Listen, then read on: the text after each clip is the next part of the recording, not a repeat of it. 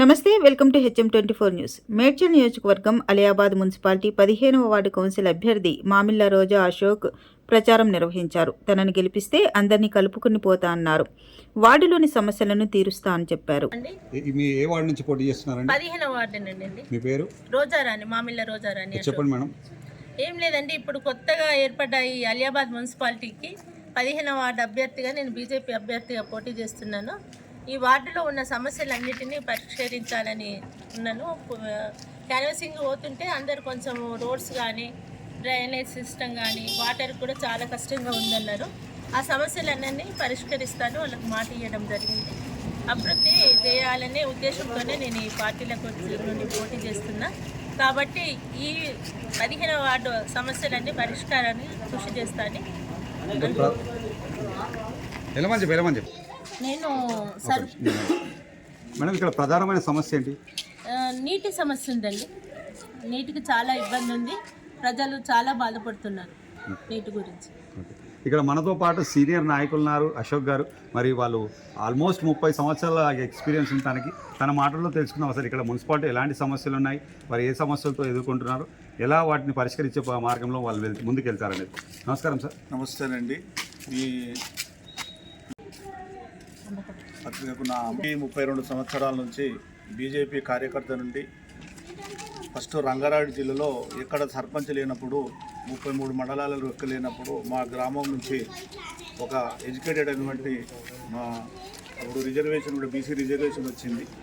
ఆ రోజు కూడా ఏం చేసినామంటే మేము ఉద్యోగానికి పోయే బదులు ఇక్కడ ఉన్నటువంటి వాతావరణాన్ని, ఇక్కడ ఉన్నటువంటి సమస్యలతోని ఫస్ట్ టైం బీజేపీ సర్పంచ్గా రంగారెడ్డి జిల్లాలో ఫస్ట్ టైం బీజేపీ సర్పంచ్గా ఇక్కడ రానప్పుడు కూడా మనం ఎన్నుకోబడ్డది. ఆ తర్వాత మేము ఏం చేసినామంటే ఇక్కడ ఉన్నటువంటి వాటర్ సంబంధించి కూడా భూదవాన్ని వేసినాము. గత 20 సంవత్సరాలు మళ్ళీ ఈరోజు కూడా ఎందుకు మేము ఈ ఏజ్లో కూడా ఎందుకు మేము ఎలక్షన్లో పాల్గొంటున్నామంటే ఇక్కడ ఉన్న సమస్యలు అంటే ఇక్కడ సాధ్యమైనందుకు అన్ని కులాలకు సంబంధించినటువంటి ఒక గ్రామానికి ఎంతమంది కుల వృత్తులు ఉంటారో వాళ్ళందరూ కూడా ఈ 15వ వార్డులో ఉన్నారు. ఈ 15వ వార్డులో ప్రధానమైన సమస్య నీటి సమస్య. ఈ 3-4 నెలల నుంచి ఇక్కడ మిషన్ భగీరథ అనేటువంటిది ఆ వాటర్ రావడం లేదు. ఒకరొకరికి 15 రోజులకు, 20 రోజులకు, వారం రోజులకు కూడా వాటర్ రాలేదు. మిగతా ఇంకోటి ఏంటంటే చాలామంది ఈ వార్డులో అంటే కొంతమంది గృహాలు లేనటువంటి వారు ఉన్నారు.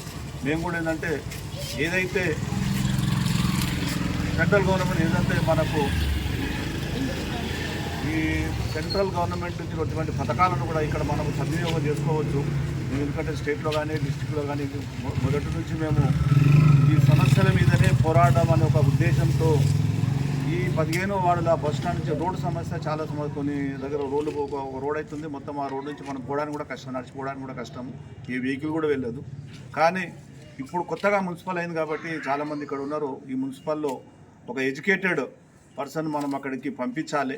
ఇక్కడ ఉన్నటువంటి వాళ్ళలో ఉన్నటువంటి సమస్యలన్నింటినీ కూడా పరిష్కరిస్తూ ప్రజలకు చేదోడు వాదోడుగా ఉంటూ ప్రతి సమస్యను కూడా మన సమస్య మా సమస్య అనుకొని మేము ఖచ్చితంగా ప్రజలకు ముందుండి ప్రజలకు వాళ్ళకి ఏమేమి సమస్య ఉందో ఆ సమస్యను తీర్చడానికి మేము ఇక్కడికి ముందుకు వస్తున్నాము. ఈ వార్డులో ప్రజలకు కూడా మేము విజ్ఞప్తి ఏం చేస్తున్నామంటే మీ సమస్య ఏదైనా ఉంటే మా సమస్యగా మేము బాధ్యతగా తీసుకొని చేస్తాము.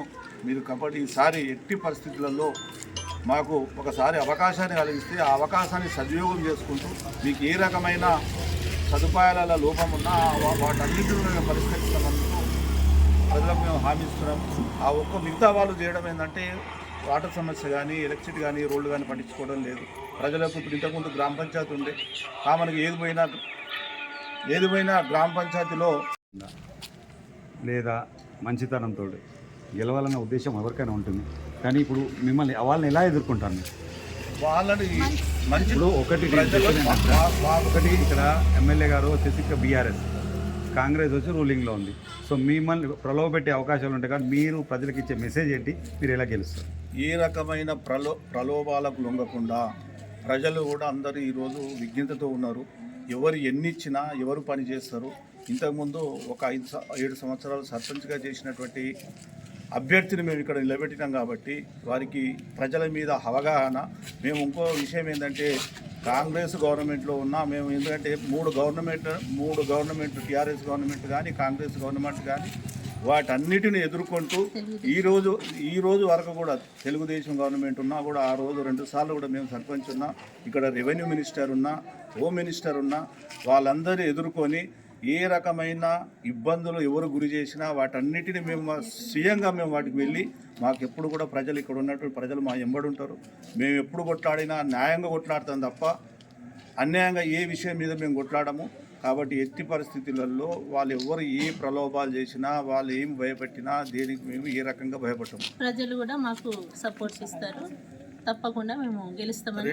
రెండో విషయం ఏంటంటే ఏ పార్టీ ఉన్నా మేము అన్ని పార్టీలను ఎన్నుకొని గత 35 సంవత్సరాల నుంచి తెలుగుదేశం ఉన్నా, కాంగ్రెస్ ఉన్నా, టీఆర్ఎస్ ఉన్నా మాలో ఉన్న మంచితనంతో మా దగ్గరికి ఎవరు వచ్చినా ఏమొచ్చినా మా మంచితనంతో ప్రజలు కూడా మా అండగా ఉంటారు. కాబట్టి మేము ఎక్కడ ఏ రకమైన ఇల్లీగల్ పనులకు మేము ఏ రకమైన మిగతా పనులు కూడా మేము చేయము. మేము ఇప్పుడు ప్రజలలో ఉంటూ ప్రజలకు సహాయం చేయాలని ఎవరైనా మా దగ్గర ఉన్న ప్రజలు కూడా మా వంతు మాతో ఏదైతే ఆ సహాయం చేస్తూ ఇలా ప్రజలలో మేము ఎవరు ఏమన్నా మంచితనంతో వాళ్ళని మా దిక్కు మలుపుకుంటూ ఎదుటి వాళ్ళు ఏది చేసినా మేము దేనికి భయపడకుండా ముందుకు వస్తాం. ప్రభుత్వం అంటే అభివృద్ధి కార్యక్రమాల్లో ముందుంటాం. Thank you sir. జై బీజేపీ, జై బీజేపీ. అశోక్ నాయకత్వం వర్ధిల్లాలి.